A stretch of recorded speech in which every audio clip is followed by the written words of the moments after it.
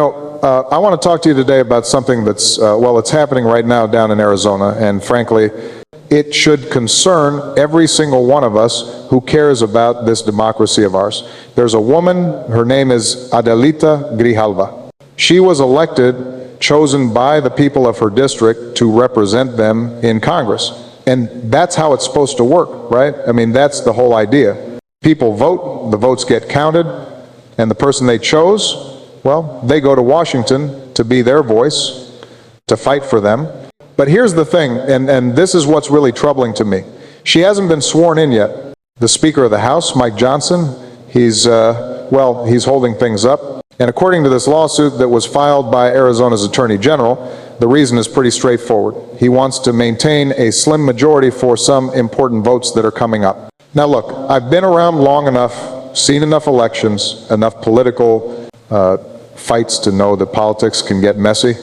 I get that. But this isn't just politics as usual.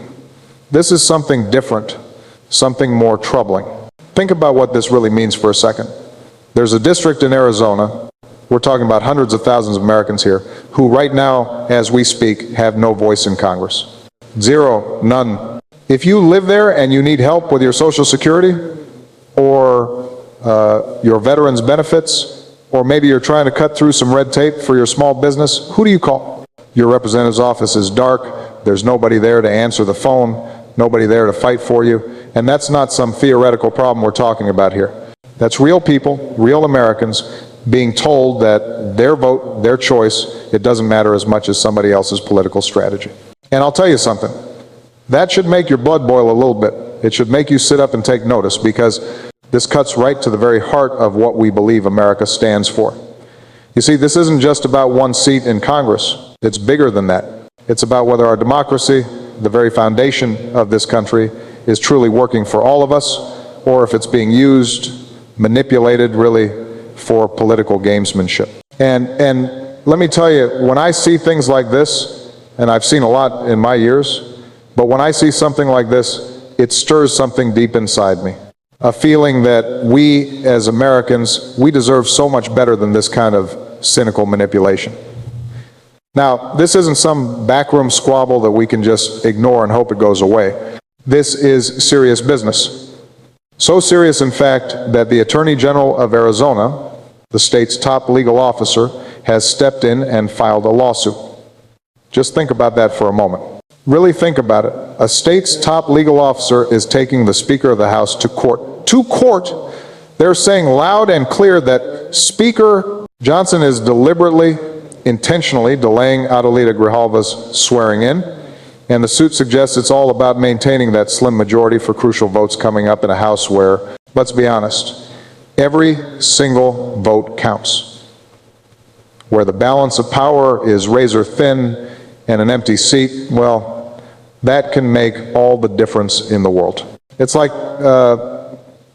playing a basketball game and one team decides to keep the opponent's best player off the court, even though they rightfully earned their spot on that team. They showed up, they won their place, but someone says, nope, you're sitting this one out. It's an attempt to tilt the scales, to manipulate the outcome, not through fair debate and persuasion, not through better ideas or better arguments, but by simply sidelining a democratically elected voice. And for me, that's not just a political tactic, that's a profound disrespect for the voters, for the citizens who cast their ballots, reasonably expecting that their choices would be honored. We've seen this kind of maneuvering before, this push and pull, but rarely, and I mean rarely, does it reach the point where a state has to sue the federal government just to ensure its citizens are represented. That should tell you something right there about how extraordinary, how unprecedented this moment really is. You know, I've always believed, and I've built my whole life and career around this idea, that the true measure of leadership, real leadership, isn't how you use power when things are going your way. Any fool can do that. It's how you respect the rules, the democratic process, even when, especially when, the outcome isn't what you wanted. It's about recognizing that you're not there to serve yourself or even just your party. You're there to serve the people, all the people, and to uphold the institutions that make our democracy possible. what we're seeing here, what the Attorney General is alleging in this lawsuit, is someone in a position of enormous responsibility, enormous trust, deciding that the rules only apply when they benefit him. And that's a dangerous road to go down, my friends. A very dangerous road. Because once you start making exceptions, once you say, well, the stakes are just too high this time, we need to bend the rules a little, it's never just one time. It never is. I've seen it in business, I've seen it in life, and I'm seeing it now in our politics. This is how democratic institutions begin to decay, to crumble from the inside. One exception leads to another, and then another, until people look at the whole system and they say, it's rigged. The game is fixed. My voice doesn't matter anyway. And I'll tell you something, that cynicism, that loss of faith, that's the real threat to our democracy. Not some foreign adversary, not some abstract force. It's when we, the people, stop believing that the rules apply to everyone, that every vote truly counts. That's when things really start to fall apart. And this isn't an isolated incident, my friends. Oh no. This kind of political brinkmanship, this constant struggle for power at the expense of common sense and basic fairness, it's a symptom of something larger that's happening across our nation. We see it in how the basic functions of government sometimes just grind to a halt. We see it in the way that instead of finding common ground, working together to solve problems, some leaders seem intent on drawing lines in the sand, making compromise feel like a dirty word, like some kind of weakness. This situation in Arizona, where a duly elected representative is being kept from her post, it echoes, doesn't it, other moments when the will of the people has felt, at best, delayed, and at worst, completely ignored. It makes you wonder, I know it makes me wonder, what happened to the idea that public service is about serving all the public, not just your own party, not just the people who voted for you?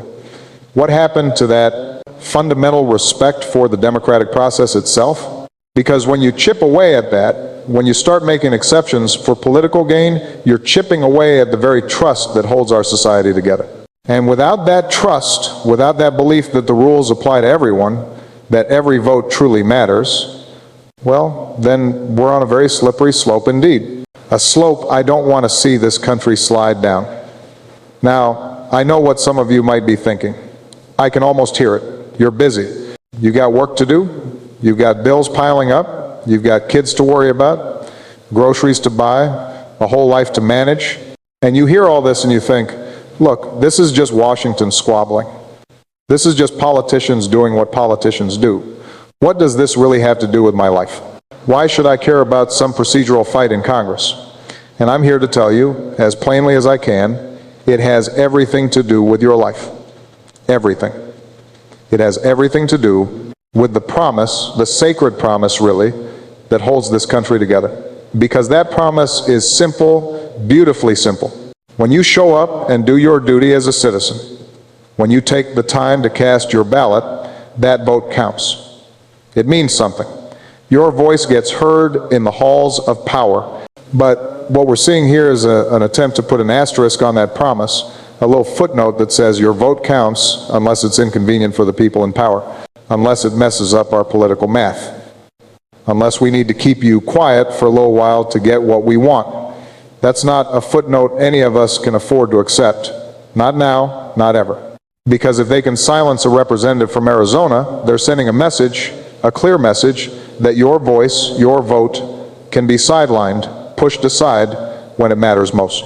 This isn't some distant game being played out on cable news that you can just tune out.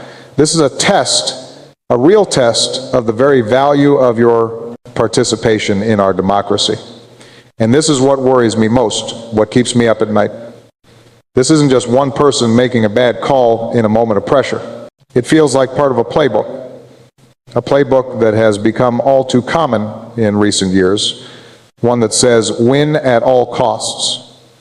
Win at any cost. It's a playbook that sees our democracy not as a shared inheritance, something precious that we all have a responsibility to protect and pass on to our children, but as a battlefield where you do whatever it takes to gain one more inch of ground, to score one more political point.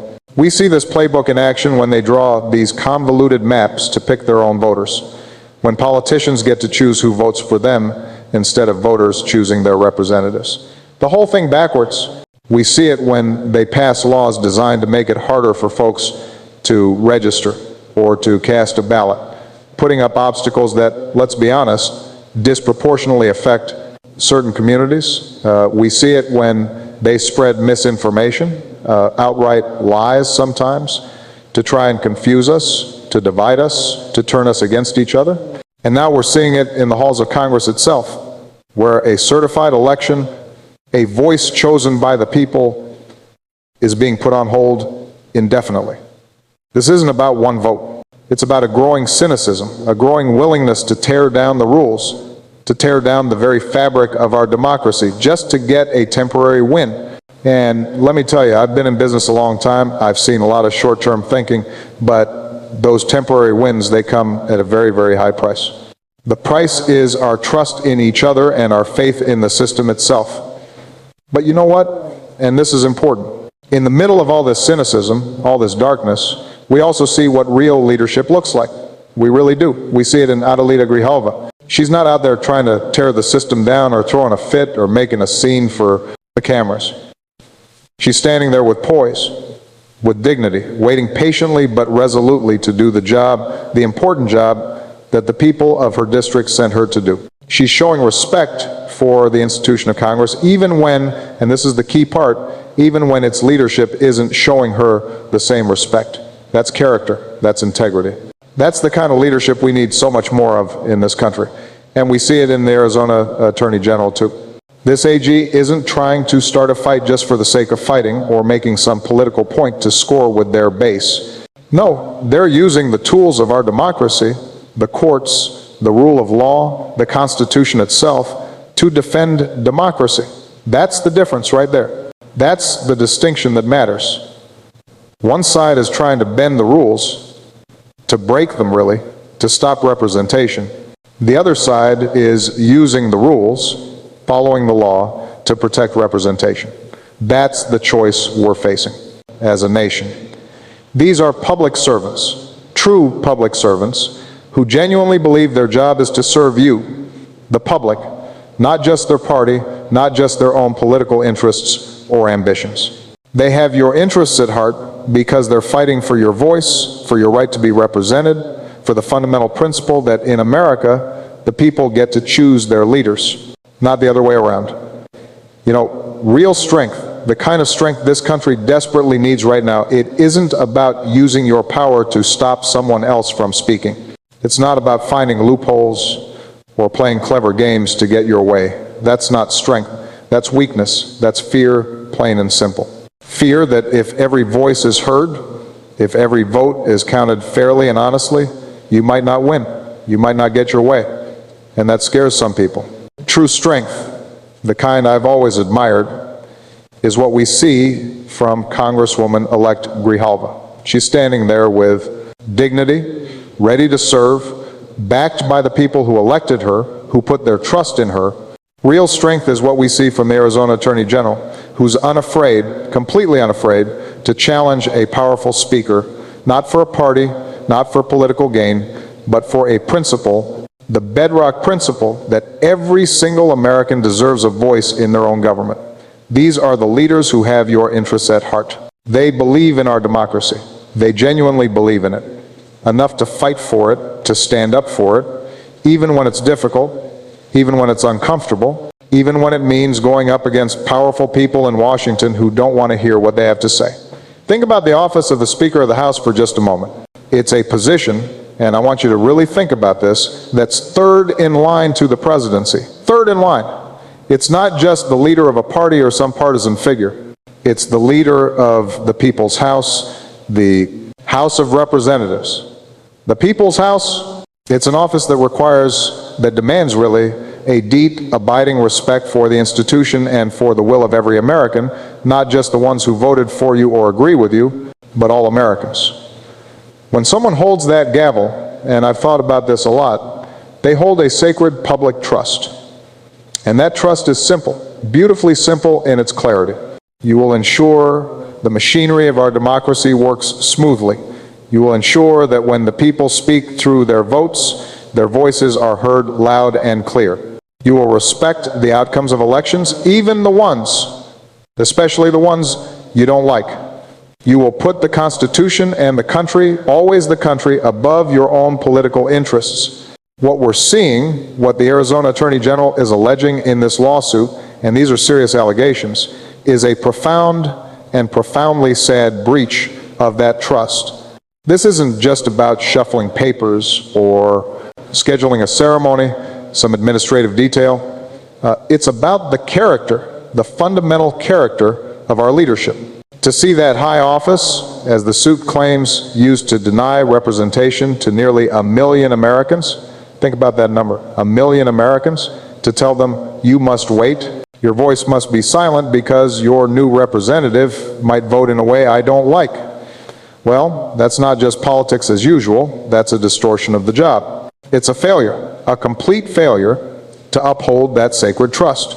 And it's something that should concern every single one of us, and I mean every single one of us, regardless of whether you're a Democrat, a Republican, an independent, or you don't care about politics at all. This transcends party. This is what we call, and you hear this term in Washington a lot, the erosion of norms. But what does it really mean? Let me tell you what it means in plain English.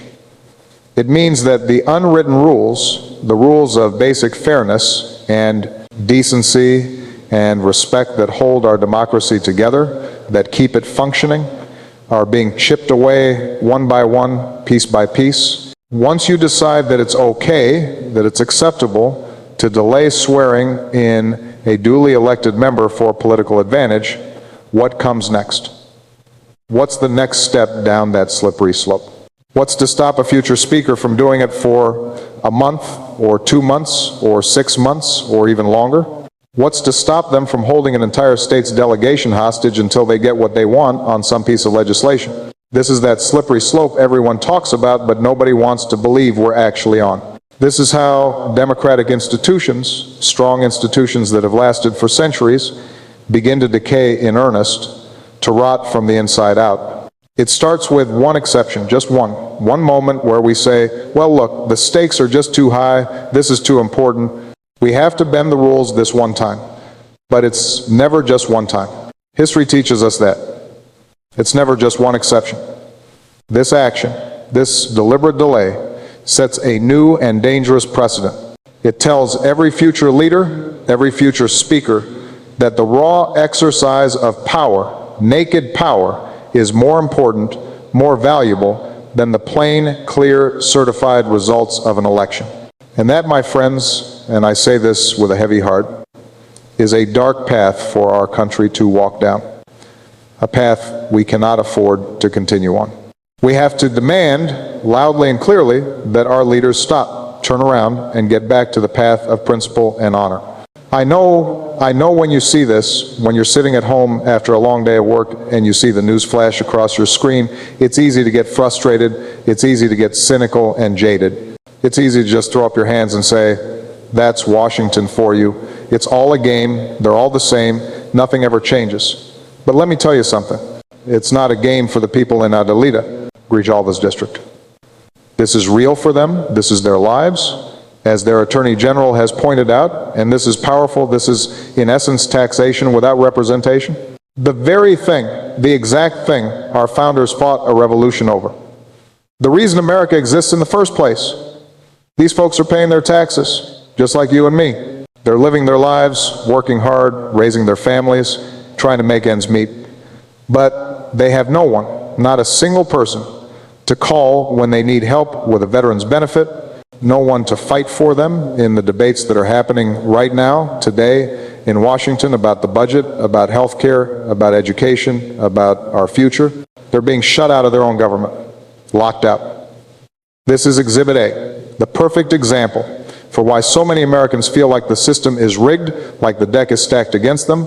This is why you feel, and maybe you do feel this way, like your voice doesn't matter, because in this moment, right now, a leader in Washington is actively, deliberately, and in plain sight making a choice, a conscious choice, to make a voice not matter.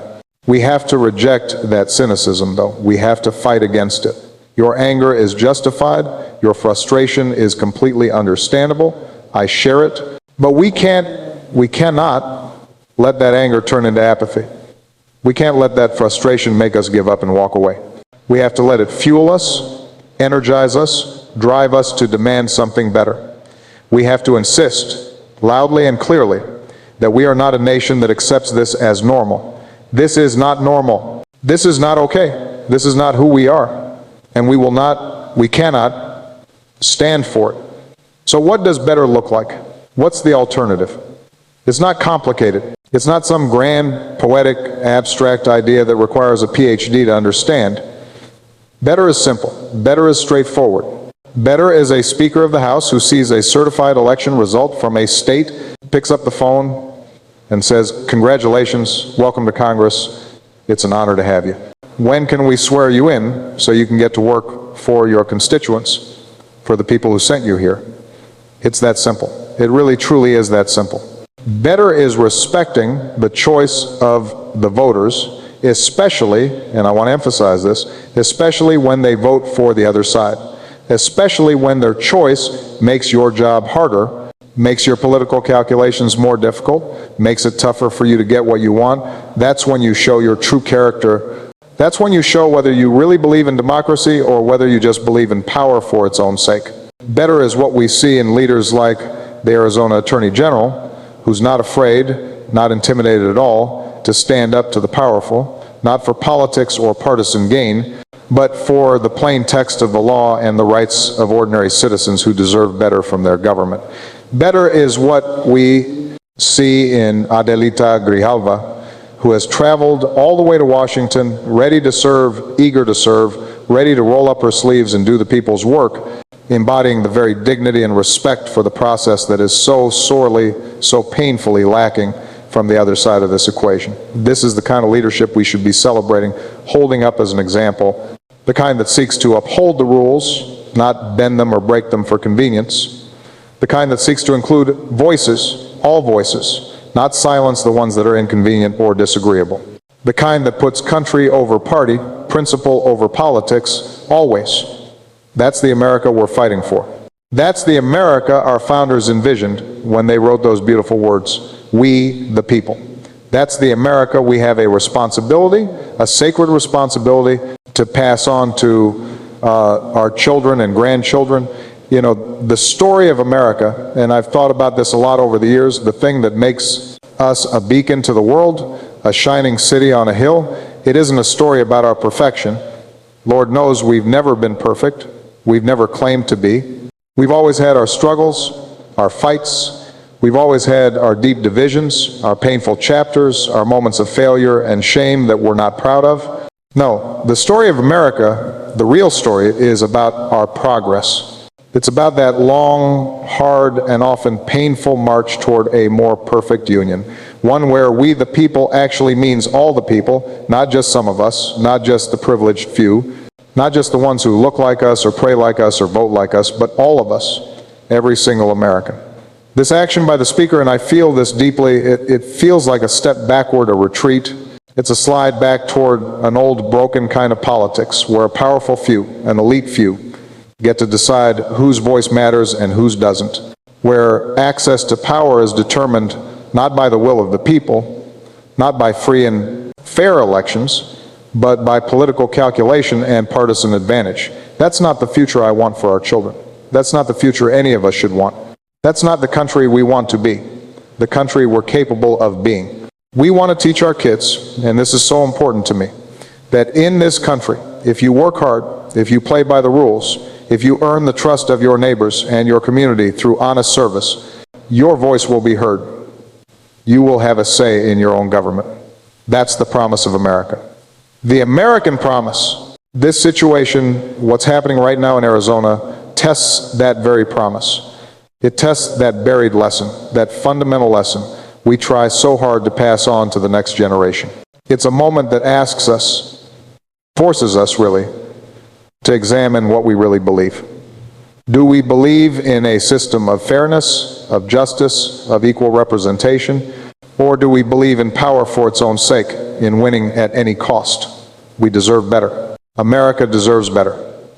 We deserve leaders who are trying to build that more perfect union, to expand it, to strengthen it, not pull it apart at the seams. We deserve leaders who see themselves as stewards of democracy, caretakers of something precious, not as gatekeepers of power hoarding it for themselves. We deserve a system that honors your vote, that respects your choice, and that includes every voice at the table, not just the voices that are convenient or politically advantageous or easy to manage. So right now, as we speak, all eyes turn to the courts. And this isn't just some dry legal drama for lawyers to argue about in some dusty courtroom somewhere. Oh no. This is a test, a real test of our democratic immune system. When something goes wrong, when someone overreaches, when power is abused or misused, do our institutions have the strength, the backbone to correct it? Can the rule of law stand up to raw political power? Can the judiciary, can our judges step in and say, no, this is wrong, this violates the Constitution, this betrays the trust of the people and we won't allow it? We're all waiting, holding our breath really, in suspense to see the answer to that question. The question the courts have to answer is fundamental, goes to the very core of who we are. Does the Speaker of the House have the absolute power, unlimited power, to simply ignore the certified results of an election? Can they just put a closed sign on the door of a duly elected representative for as long as they want, for as long as it's politically convenient, for as long as it helps them get what they want? Or does the Constitution, which explicitly guarantees representation, which our founders fought for, override that exercise of raw power? This is uncharted territory, my friends. We're in new waters here. We're all holding our breath, watching closely to see how the judiciary responds to this unprecedented challenge. Will they step in and order the Speaker to do his job, to uphold his oath of office, to respect the will of the people who sent Adelita Grijalva to Congress? Or will they say, this is a political question that the courts can't solve, that you have to work out among yourselves through the political process? The very balance of power, the system of checks and balances our founders created, is on the line here. It's a state standing up, bravely standing up for its people against what it sees as a power grab, a naked power grab in Washington. And it's happening right now as we speak in real time. But while the lawyers make their arguments, while they file their briefs and make their cases, while the judges deliberate and think about the weight of their decision, our job, your job, my job, doesn't stop. It doesn't pause. Our job isn't to sit back passively and wait for someone else to fix this, to save us. That's not how democracy works. Our job is to watch, to pay attention. Our job is to stay informed, to read, to understand, to dig beneath the surface and understand what's really at stake here. Our job is to speak out, and speak out loudly. Not with hate or vitriol or anger for its own sake, but with clarity and conviction and moral force, to let everyone in Washington know, to make absolutely certain they understand that we're paying attention, that we see what's happening, that we understand the game being played, and that we expect them, we demand from them, that they do the right thing, that they honor the will of the people. Because this isn't just about one empty seat in Arizona, one congressional district. This is so much bigger than that. This is about the integrity of our entire system, the whole democratic experiment. This is about whether we are, in fact, genuinely a nation of laws or a nation of men, whether we're governed by principles and the Constitution or by raw power and political calculation, whether the Constitution means something, whether it has real force and real meaning, or whether it's just a piece of paper, a dusty old document that can be ignored when it's inconvenient, when it gets in the way of what powerful people want. And the answer to that question, the answer our courts give, the answer we as a people give, will define us, will shape our country and our children's future for a long, long time to come. I still have faith, though. And I know that might sound naive to some of you, but I do. I've always had faith, deep and abiding faith, in the wisdom and the fundamental decency of the American people. I have faith that you see this for what it is, that you understand what's at stake, that you won't let cynicism and apathy win the day, that you won't give up on this beautiful experiment in self-government. That's why we have to have these conversations. That's why we can't be silent. That's why we can't let this just be something we watch on the news for a day or two and then forget about when the next crisis or scandal or story comes along and captures our attention. We have to stay engaged, actively engaged. We have to stay watchful, vigilant. We have to keep talking about this, keep shining a bright spotlight on it, keep demanding answers and accountability from those we've entrusted with power. We have to demand better, so much better, from our leaders. Leaders who see public service as a public trust, a sacred obligation, not a personal prize or a path to wealth and power. Leaders who understand deep in their bones that their job, their only job really, is to honor your vote, respect your choice, and include every voice at the table, every single American, regardless of party or politics or whether they agree with you or not. This isn't a Democratic idea or a Republican idea. This transcends all of that. This is the American idea. It's the foundation of everything we are, everything we stand for, everything we aspire to be as a nation. It's the idea, the revolutionary idea, that all men are created equal, that governments derive their just powers from the consent of the governed, not from force or tradition or divine right, that the people, ordinary people like you and me, not kings or emperors or aristocrats or party bosses, but the people are sovereign in this country. We are in charge. We are the boss. Our democracy isn't a spectator sport that we can just watch from the sidelines while eating popcorn. It's not something we can just watch from the couch and hope someone else, some hero, takes care of for us. It's a living, breathing thing, fragile really, and it requires our constant attention, our vigilance, our active participation every single day.